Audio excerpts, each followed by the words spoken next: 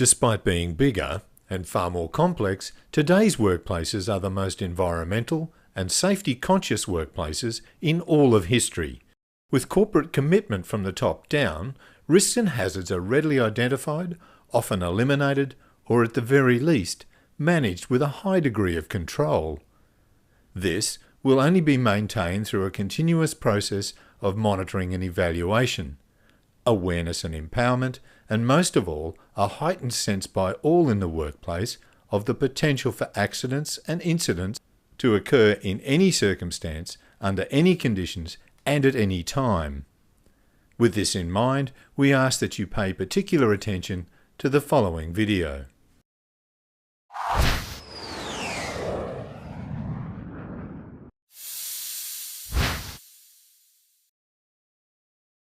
Sometimes referred to as sewer gas, sour gas, or swamp gas, hydrogen sulfide gas, or H2S as it is more readily known, is an extremely hazardous and toxic compound. It usually presents to us in the form of a gas. H2S is colourless and in large concentrations odourless.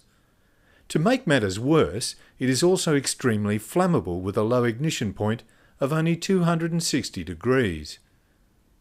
To put that into some perspective, the tip of a cigarette burns at approximately 700 degrees. H2S has a high flammability range, with ignition possible anywhere from 4.3 to 46% gas-to-air ratio. In other words, H2S is easily ignited in almost any conditions. H2S occurs naturally as a result of decaying organic matter, particularly in low oxygen environments. You are therefore likely to encounter H2S in sewers, mines, hot springs, and of more relevance to your workplace, in conjunction with entry into geological formations during the process of oil and gas extraction, both on and offshore. With a vapour density of 1.19, hydrogen sulfide is approximately 20% heavier than air. So this invisible and potentially odourless killer will gravitate and pool at the lowest possible points, like pits, holds, tanks and depressions, etc. H2S is soluble. It will remain confined within water, oil, sludge or mud until it is agitated, depressurized or heated, at which point it will then rapidly expand and mix with the available air. Consequently, it is usually encountered in work areas like the shakers or the drill floor. Other primary zones for H2S detection include the BOP, moon pool, pump room and pit room. However, if gas is known to be present, all areas should be viewed as potential collection points. For measuring purposes, we use parts per million, ppm. So when a description or measure of gas is made, it refers to how many parts or units of gas are present in a million units of air. 10 ppm therefore means that there are 10 units of gas present in every 1 million units of air. Hydrogen sulfide has a very low odour detection threshold. Even at low concentrations, well below 1 part per million, its rotten egg smell is often perceptible.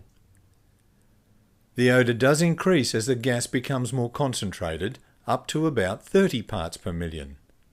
Above this level, and up to around 100 parts per million, the gas is purported to have a sickly sweet odour. At concentrations above 100 parts per million, your ability to detect H2S is affected by a rapid paralysis of the olfactory nerves in the nose, leading to a loss of the sense of smell. In effect, at this level the gas is undetectable to the human nose. This means that when H2S is present in dangerously high concentrations, it has no perceivable odour. Prolonged exposure to lower concentrations can also result in a loss of the sense of smell.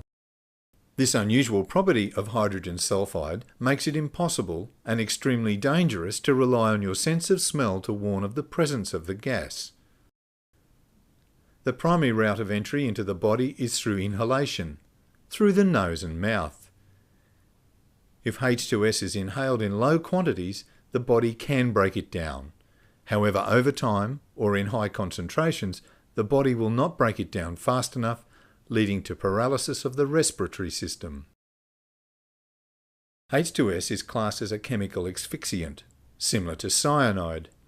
It kills by inhibiting cellular respiration and therefore the uptake of oxygen, resulting in biochemical suffocation. Let's take a look now at the typical exposure symptoms.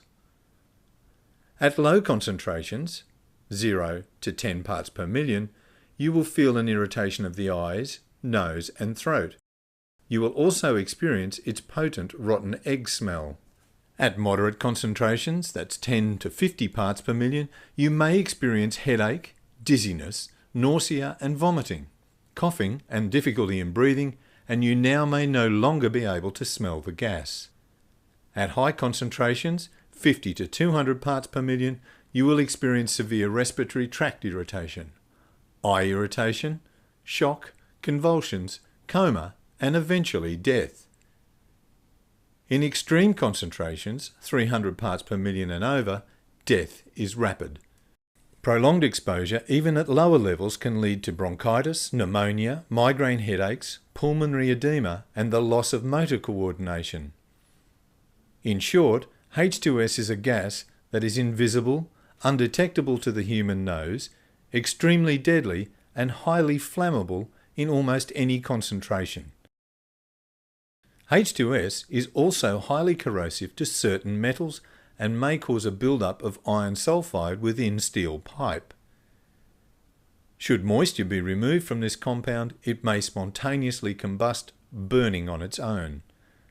The corrosive nature of the gas may result in the progressive weakening of pipes and fittings, thereby increasing the likelihood of leaks, leading to an increased potential for exposure incidents. Sound maintenance and planning is required to manage this risk. H2S is often disposed of by burning or flaring off. When burned, it produces another deadly gas known as sulfur dioxide, or SO2. Most countries have legal limits in force that govern the maximum allowable levels of exposure to H2S in the workplace. A typical permissible exposure limit in many countries is 10 parts per million. However, your workplace safety officer will inform you of the permissible working exposure levels as they pertain to your particular circumstances. While the distinctive odour of H2S is easily detected at low levels, its ultimate sensory fatigue effects means that your nose cannot be relied on as a warning device.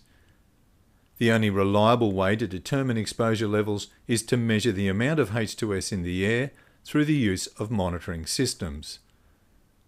The various systems include personal monitors, portable monitors, and fixed-point monitoring systems. Regular monitoring will help to identify areas and operations likely to exceed permissible exposure limits. Any areas that routinely pose overexposure hazards must be equipped with continuous monitoring systems.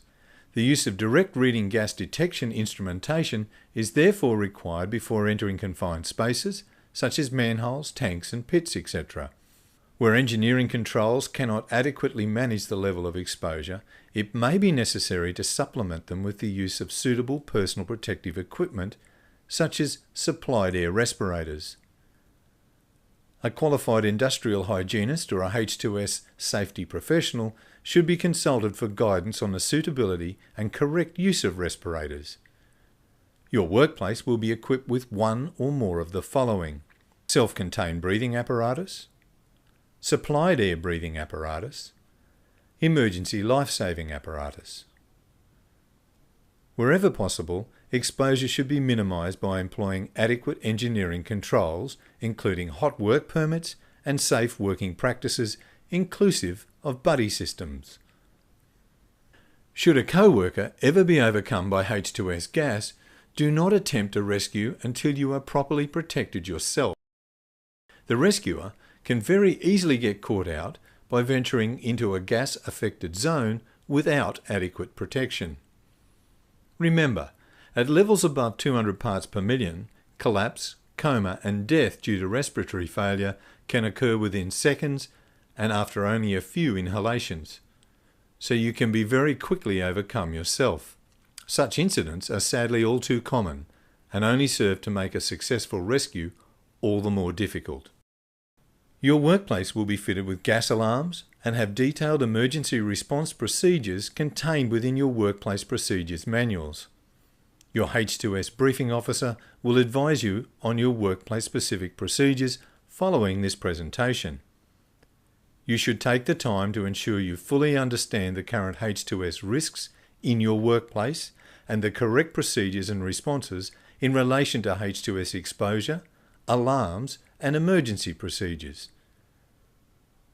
Thank you for your time, and remember, don't mess with H2S.